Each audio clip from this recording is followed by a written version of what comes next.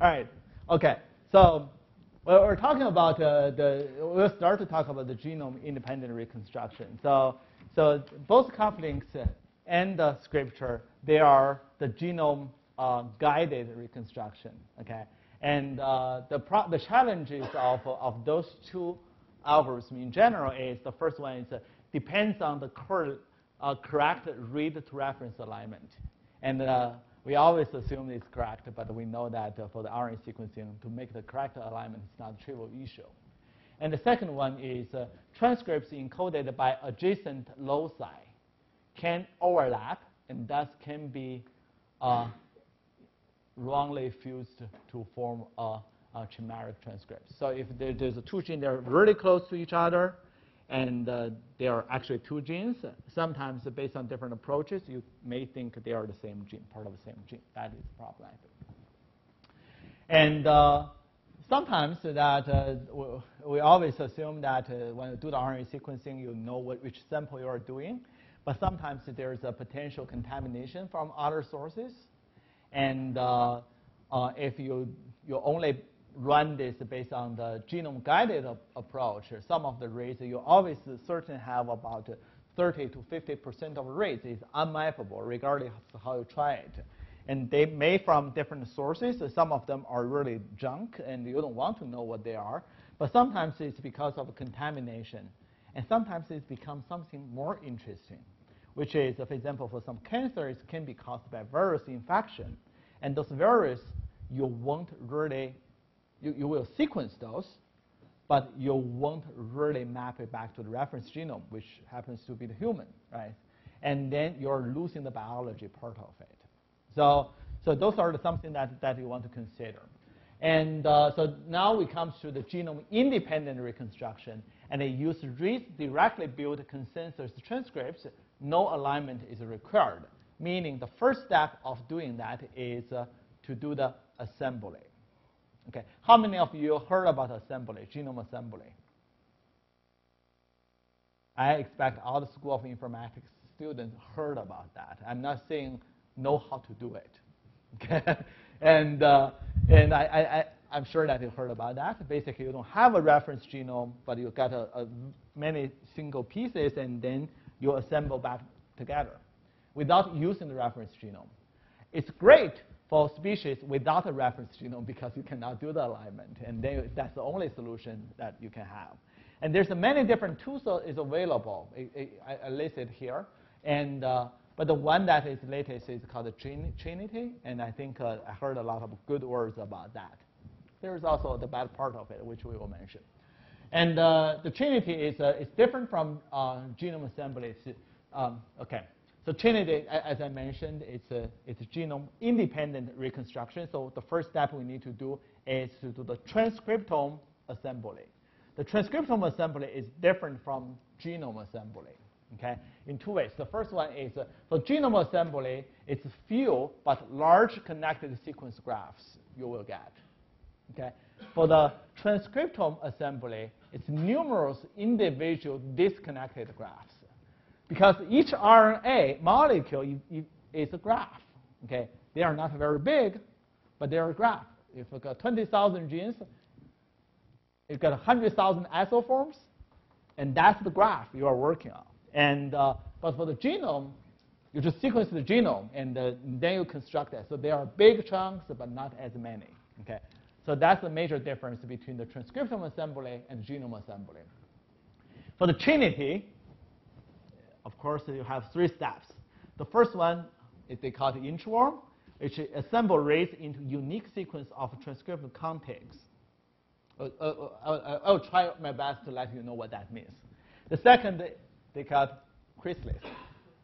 And it's pull the contigs into a deburring graph. And this is one of the basic techniques for assembly. And the third one is they call the butterfly. Okay? This mature product at this stage, and report possible transcripts by taking the reads and read pairings in the context of the deburring graph. Okay, so let's go through just in concept how they do it. And for the Trinity, the first step is they call it inchworms. Basically, assemble reads into sequence of transcription contigs.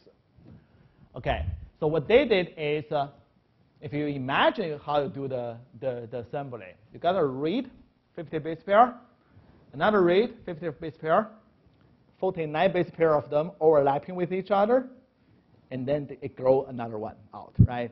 And then you get another one, and another 49 base pair mismatch, and grow another one.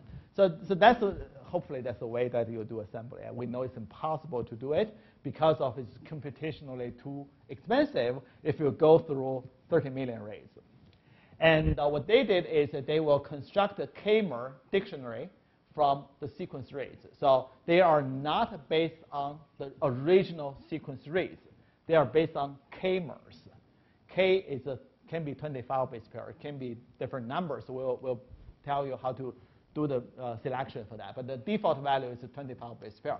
So what they do is they will first remove the low complexity K-mers, like 25A together, 25C together. Those are not going to, we cannot make anything out of it, right? And also singleton K-mers, meaning if there's one 25 base pair only occurred once in all the reads, you're not going to use that. It's not going to be informative. And next one is you will select the most frequent K-mers as a seed. What do you mean by most frequent K-mers, right? So if you got 50 million reads, let's say, each read is 50 base pair. Just look at which 25 base pair K-mer is occurred in most of the reads. So that is the most abundant reads. And you use that seed, K-mer, and you use that as your seed. And next step, you will extend to seed K-mers to both directions and select the most abundant one for further growing. And you repeat the previous step using the most abundant K-mers remaining in the pool. So at this stage, you extend to seed K-mer. So you got a 25 base pair, most frequent. Okay? And on this direction, you want to grow one nucleotide out. And then you look for all the remaining K-mers. Of course, you already know 24 base pair of it. And the other one, so you already know 24 base pair. The other one only have 4 different choices. Okay, A, C, G, T, grow one. All right? And then A, C, G, T, each individual one potentially has abundance. You select the most abundant one at that stage. Okay? And then you just further grow this, grow this, grow this. So, and then after that, you make the so-called contigs. Okay? These are not based on the original reads. These are based on the K-mers, the occurrence of those K-mers. Yeah?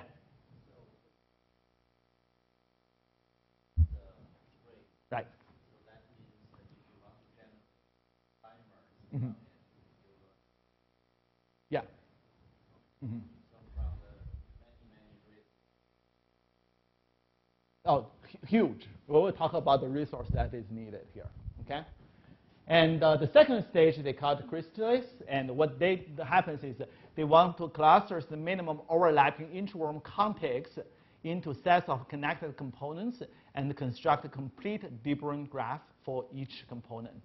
Okay, it sounds like pretty complicated, but what they did actually is at this stage, after this whole practice in the first stage, your end result is a lot of contigs. This can be pretty long and can be a little bit shorter. So if I can read this one, the red one here is over 5,000 base pair, and this is contig is a 2,500 base pair, 4,000 base pair, or things like that. So you got many different contigs after the first step based on the seed, not the original reads. And then you want to see there is one contig is this color, and another contig is the red. And you want to see the potential overlapping or intersection between the two contigs. If they have a common intersection of K-1 base pair, they will join this contig together, okay, make it a graph. So that's why you are seeing they are overlapping with the K-1 base pair, but these are still staging out. That make sense? And the contigs are grouped. These two contigs, this one and this red one, will be grouped. If there's a perfect overlap of K-1 base between them, and if there's a minimum number of reads that span the junction across both two contigs, if both two things have the original reads to support those. Okay? I'm not asking you to understand the details, just the concept. The first stage, using the k-mers, build the contig. If you have other way to build it, fine. The second stage, look for the overlapping between the contigs and trying to join them using the rays as the correction.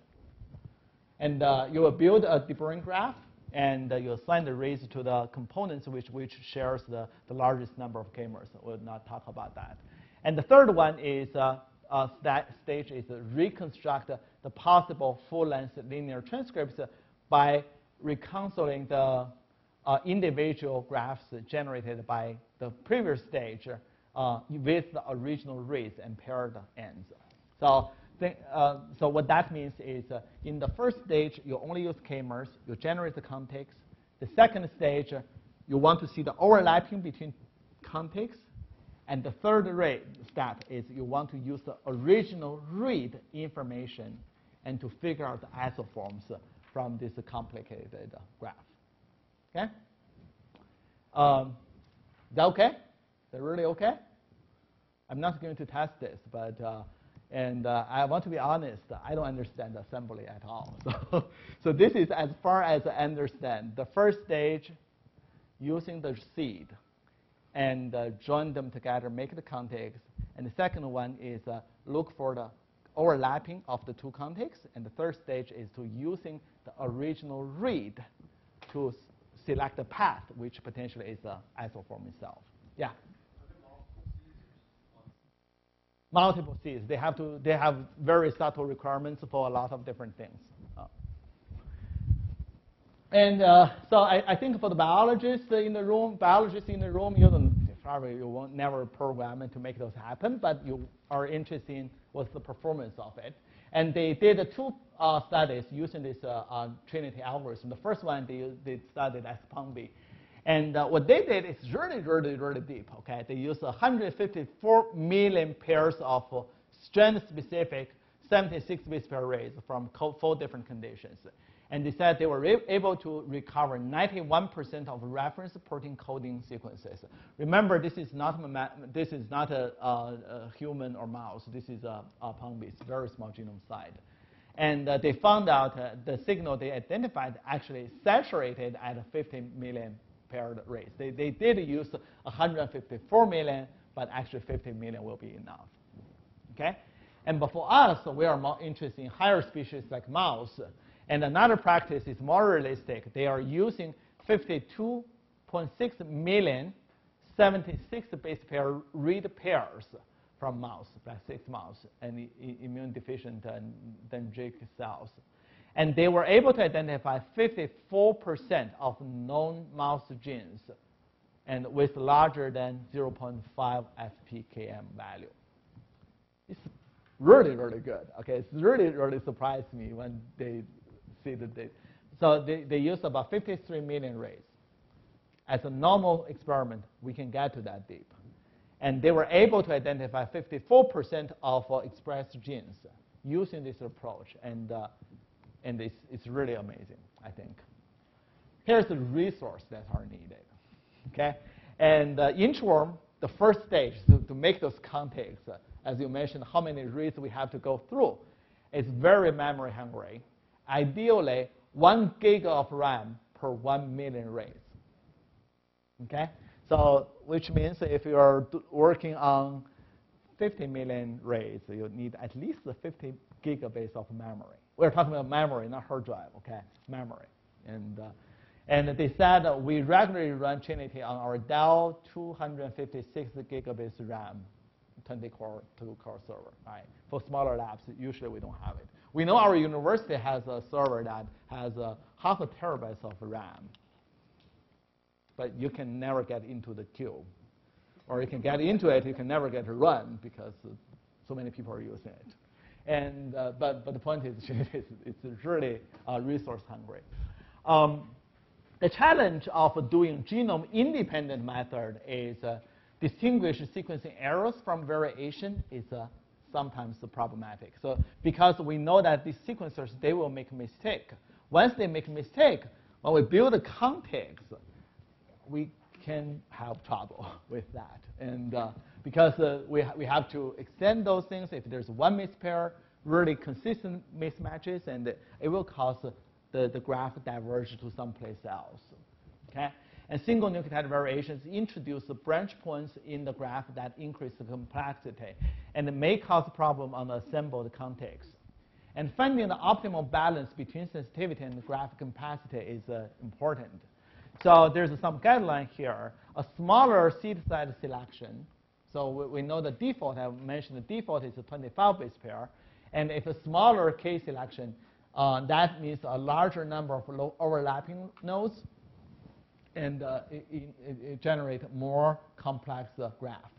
But the good thing of that is it's more sensitive. Okay? And when the guidelines for the K selection is if you are working on a region that is low coverage, expression level is not that high, and you want to define as a smaller K value, that will increase the number of overlapping rates that contribute to the graph. So it's more sensitive, okay? Lower it. You need more memory to do that, though.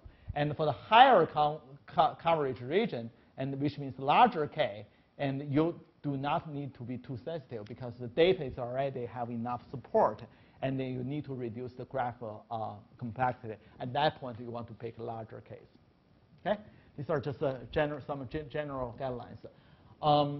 I hope you all have the handout already, but let's go through this. This is a performance comparison, and this is done by the Trinity. Actually, Trinity is developed by the same group of Scripture. And you can see that this is a performance comparison. I have to be really close to look at that. And these are for the POM-B studies. They use 50 million rates. And the right part is use 53 million rates mouse studies. Okay. How to do it? So they tried a different algorithm. And these are the first 4 of them. They are the de novo assemble-based approach. It's a genome-independent approach.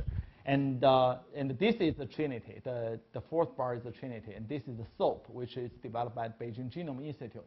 And the higher this bar is, that means the number of S-POM-B gene has been identified. So you can see Trinity is the highest among all the algorithms. And and this is for mouse, and you can see this is where Trinity is. And the first 4, they are de novo methods.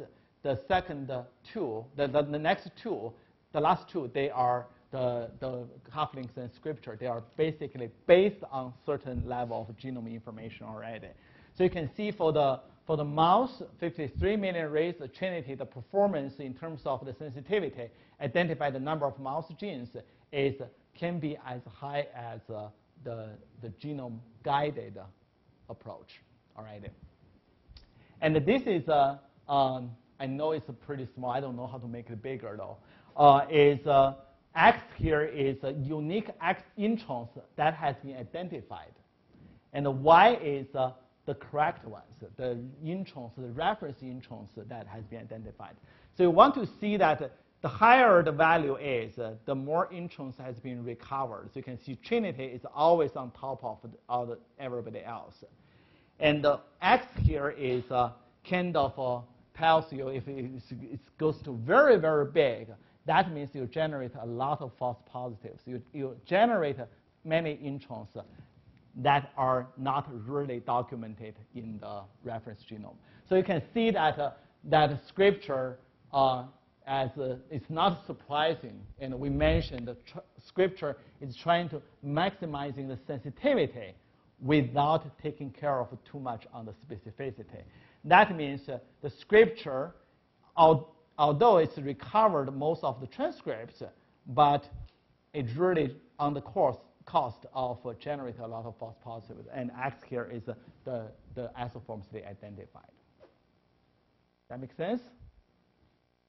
I will move on. You'll look at this, and I know probably from the back you cannot see the slides very well. So summary point of this is the transcriptome-reconstruction methods, and there's 2 different methods. The first one is a genome-guided approach, and which are heavily based on the sequence alignment. And another branch is based on the de novo assembly and then map back to the reference genome. And they all converge to the, hopefully, the correct reconstruction of the transcripts, and then further we want to further quantify them. Okay? So this is a too big of approach. Any questions so far? No question. Yeah. What's the alternative splice rate in a S-combi? I have no idea. It's not anything. I have no idea. The question is, what's the alternative splicing rates of S-combi? No, I didn't even read the results part of that paper. Sorry. Yeah. These don't really have They don't? Uh-huh. Mm-hmm. Yeah. No, they do have, the number is not very small. This is in hundreds. They still have introns. It's not just, it's just not big. And these are the number of introns being identified, not the length of it. We know that it's a short introns. It's not like a human genes in most of the introns. All right. So we mentioned that all the methods, the cufflinks, the scripture, and the Trinity, all the three approaches, they were trying to, based on trying to do the isoform-based identification. They were trying to reconstruct the isoforms and then to figure out which isoform express how much. But the quantification of alternative exon abundance can be useful in studying splicing regulation, which means that we can turn our angle to look at alternative splicing events. And for each individual alternative splicing, it can have only two outcomes, included or excluded. So only two things that is possible. And it doesn't matter how many isoforms it sits on. Okay? It's just they are included or not. And the reason for that is, first, it's easier to study. We know that. And the second, actually, it's more important, is it's useful in studying the splicing regulation, because we know that whether this exon is spliced or not, it probably is determined by many different factors. But one of the major factors are the RNA binding protein that's sitting on top of that exon or around that exon to regulate the splicing. Okay? It really doesn't matter which isoform it sits on. So sometimes when you study the splicing regulation, probably the event-based approach is better. And MISO is such approach, and it causes mixture of isoforms. And MISO relies on spliced alignments again. Okay? And they have a definition. It's called PSI, or percentage spliced in, which means for this exon, and let me see, denotes the fraction of mRNA that represent inclusion isoform. Okay, if 20% is having this exon, that means PSI for this particular exon will be 20%. It is a measurement for each splicing event, not isoform. It's an isoform is a combination of on and off of many different multiple splicing events. Okay? And the way that they do that is, again, based on the inclusion rates, exclusion rates, or constitutive rates. So you can see the white part of this is the ones that is aligned on this exon, and the black on this, and gray on this exon. And all these rates, they are called inclusion rates because they are supporting that the middle exon has been included. And these rates, which is joining this part and this part together, it's called exclusion rates. And because they are supporting that these two are, the middle one is not there.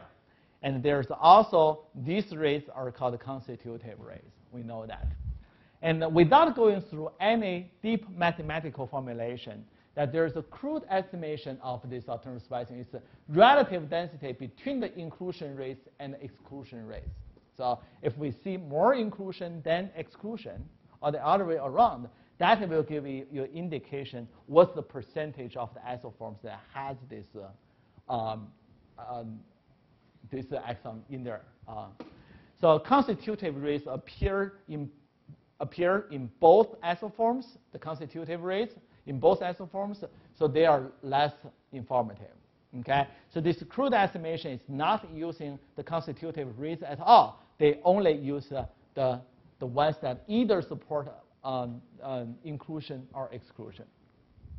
And many earlier exon junction arrays also using the similar methods. So we talk about that. And but the question here is whether the constitutive rates are not informative at all. Okay, because using this approach, they are not using those constitutive rates at all. And the MISO, this approach, actually creatively assigned the constitutive rates back into different events using Bayesian methods. And they estimate the posterior probability of exon inclusion given the race distribution. And this is the equation, and they were able to derive confidence intervals of percentage splicing in this value. Okay, so what happens is for the crude approach, you don't take care of the constitutive rates. Forget about those. Only use the rates that supporting inclusion or exclusion. Throw the constitutive rates away. But if, let's say, we think about this in the reverse scenario, that we know that the splicing events, we already know this is a percentage of inclusion or not. And we can kind of conceptually assign some of the constitutive rates into the isoform that support inclusion and support exclusion. So we can assign it back, okay? So if we know the isoforms, but we don't, right? So this comes to the Bayesian type of approach. So you can calculate that using that parameter and using your data to figure out what's the percentage of isoforms that has this or not, okay? So it's bottom line is it's just a more creative way to using the constitutive rates.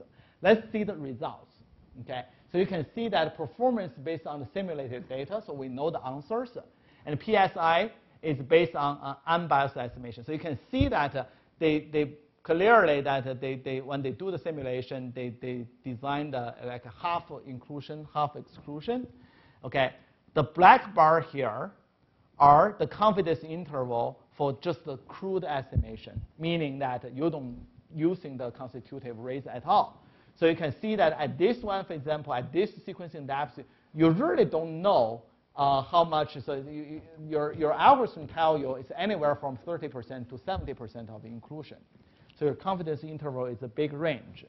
But with the implementation of MISO, which means you are using the constitutive rates, and actually you are having the confidence interval much smaller. That means you increase the power of your data analysis, which makes perfect sense because you are using more information in this. Of course, with the higher the coverage is, and the smaller the confidence interval meaning that you are more certain of what this PS value is. Okay? And also they can further say for two different conditions, and they can do the statistical testing for differential splicing. And basically, this is condition A, the percentage of inclusion, and condition B. And the non-hypothesis, they are the same, and alternative hypothesis, they are different. And they do have a way that they calculate called something Bayesian factors. It's the weight of evidence in data D in supporting either this alternative hypothesis or non-hypothesis. Okay. I guess you are tired at this stage, and I'm sure that you are. But the take-home point of this, the take-home point of MISO is it's sitting on one event. It's not. I don't worry about isoforms. Okay, just one event.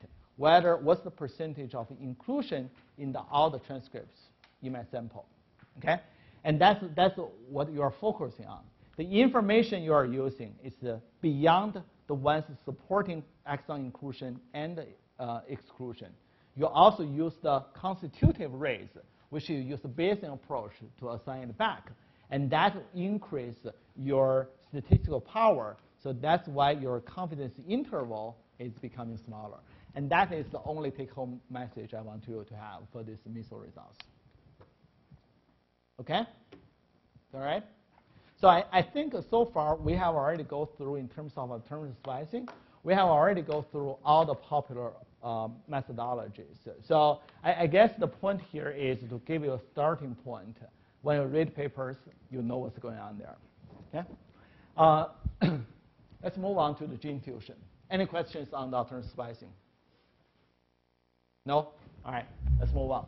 So what is gene fusion? Gene fusion is a hybrid gene by joining parts from two previously separate genes at transcript or genomic level. So you can see that these are one gene, this is another gene. They really shouldn't be connecting together, but somehow they are connected in the mRNA. So this is one chromosome, this is another chromosome. But somehow on the transcript level, and they are connected together. So this is called the gene fusion. And the example is, this is a 1990 paper in Science. They identified recurrent gene fusion and in the leukemia. And this is another one that published in 2005. They see this gene and the ERG fusion in the prostate cancer. So this is a kind of hallmark paper. And that's the first time they identified the gene fusion in solid tumors. And so people really refer to these two studies a lot. So you can see this one is, so you see this gene TMPRSS2 gene, this is on one chromosome, and this is the ERG gene on another chromosome, and somehow they identified that they fuse together in the transcriptome level in prostate cancer. Okay? And the question here is, what is causing the gene fusion? And the gene fusion are actually caused in the chromosome level, okay, so in the DNA level. Because in many cancers, their DNA sequences and kind of messed up, and meaning they're having inversions, translocations, large insertion deletions, and things like that. And that kind of rearrangement can make two genes supposed to separate with each other and connecting with each other together. So once you happen to make a gene at that location, you're generating a fusion gene. And so it happens on the chromosome level. And it's also possible, if you take the molecular biology course, that some of the events you see two genes together, they are on the RNA level, in the DNA level, are the same. Those are not called gene fusion. Those are called the transsplicing. All right, that's a separate type of events. But actually, really, from the data, you really won't tell what is causing it. It's DNA level or RNA level. But why gene fusion is bad is if the promoter or enhancer elements of one gene are kind of connected to an oncogene. If this is the promoter of one gene and somehow this is the oncogene, this oncogene doesn't supposed to express, so it doesn't have a tumor. But because of they happens to connect to each other, this promoter is going to drive that oncogene to express. And that is one of the major mechanisms that gene fusion causes cancer. And another type is once they fuse together, it generates a new or modified activity, and that will also cause cancer. So both of these two have the real example in the publications. So using next generation sequencing to study gene fusion, and so basically it's using paired end arrays and increase the ability to detect fusion events. So you have to use paired end arrays, which means that you got one end, the other end, and this you kind of connect together. So once you do the alignment, if one end mapped to this chromosome part and the other end mapped to this chromosome part, and you have pretty confidence that they are gene fusion events. But if you only using the pair end arrays like this, you wouldn't identify the break point, meaning you don't know where the fusion actually occurred. But so you have to sometimes using the single end array provide a read evidence for fusion event at one base pair level.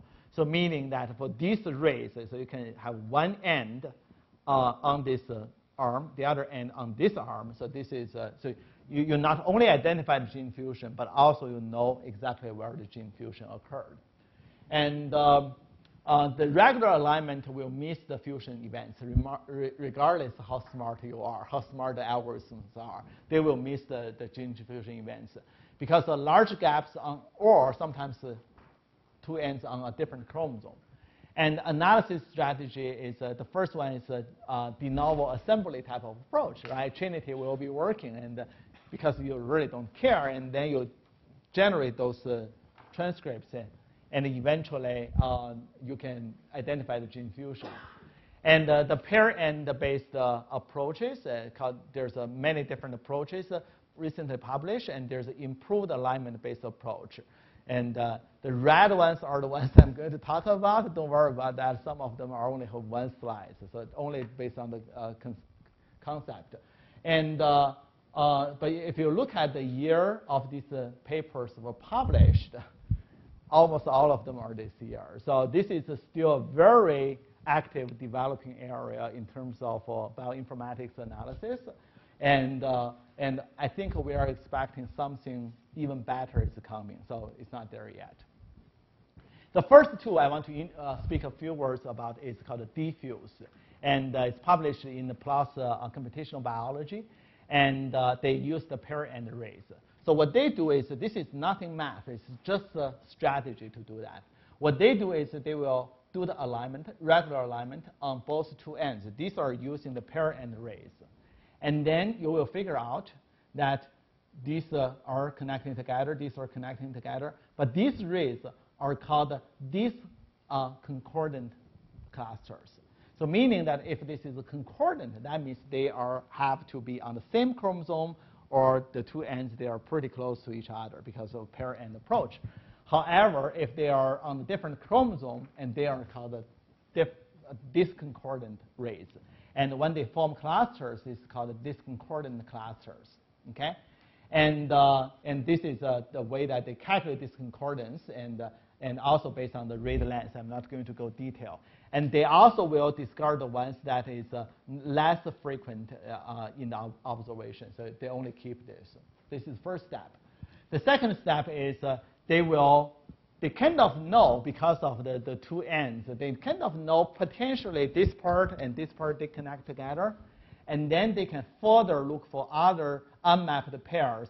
And then at this stage, you can really using more computationally intensive but more accurate alignment algorithm like Smith-Waterman, and to figure out where the junction actually occurred. And the next step is to use the fragment length to evaluate your event, whether it's correct or not. Okay? So this is called diffuse. And the take-home message is that you first use the pair end to anchor the location and which two parts can potentially connecting to each other. And then you do further refine the alignment and to identify the breakpoint. And another strategy is called the HopHat. This is the title, HopHat. Okay, HopHat-Fuse. And actually, it's based on single-end arrays. So what they do is actually they break the read into three components. Okay, 25 base pair each, if this is a 75 base pair read. And then they will align this one and this one. And separately, if they are on different chromosomes and they want to further work on the middle one and to see whether they can potentially find the junction sites. Okay? I mean, these strategies are very simple, but someone has to make the code to do that. I'm glad that they did that. Okay? And the fusion map is another strategy published this year in bioinformatics, I think only a couple of months ago. And it's capable of working on the single end as well. So the step one of this is filtering. So the filtering including trimming low quality arrays, so get rid of the ones that are not good. And another one is to map all the arrays against genome and known transcripts. Okay? Keep in mind that they are trying to identify fusions at this stage, but they want to, using the known knowledge, to suck up of all those arrays as much as possible. Right? If those arrays have any indication mapped to the genome or transcriptome, get rid of it. It's not going to be gene fusion. And then if half of a array is not alignable, it will be removed. Okay? Meaning that at least if this is a read, at least half of the read should be removed to the genome somewhere. Okay? If half of them are not removed, are not alignable, remove it. Okay? So for these different strategies, they were able to get rid of more than 90% of arrays. So for the future next stage, and they were working on much smaller sets of arrays. And the step two here is fusion alignment of the seed match. So meaning that they found this seed, and this seed require that at least the alpha base pair that is aligned on one side. And this alpha base pair is an arbitrary number, and their default value is 25. So meaning that they will consider this as a seed, but for this one, they will not consider it as a seed because this part is so short. Okay? They will give penetrate to a non-canonical splice size. Okay? And the next step here is they will fusion junction search and the rescue mapping. So they will further identify the fusion regions, and then they will further trying to extend the seeds to generate a pseudo fusion library. And then they further map the other arrays against this library and to see how much they can really improve their sensitivity. Okay? So, all right. I know you're tired at this stage, so we'll have a break, but after this slide, not now. And the gene fusion summary is the analysis strategy. You can really use the de novo assembly approach and the Trinity, and it's something that we just talked about. It will be perfect. And also, you can use the pair-end approach or improved alignment approach. And these are the things that strategy is very simple, not too much math. On top of that, they already have the code written, so you can really ready to use it. Okay, we'll take another 5 minutes break.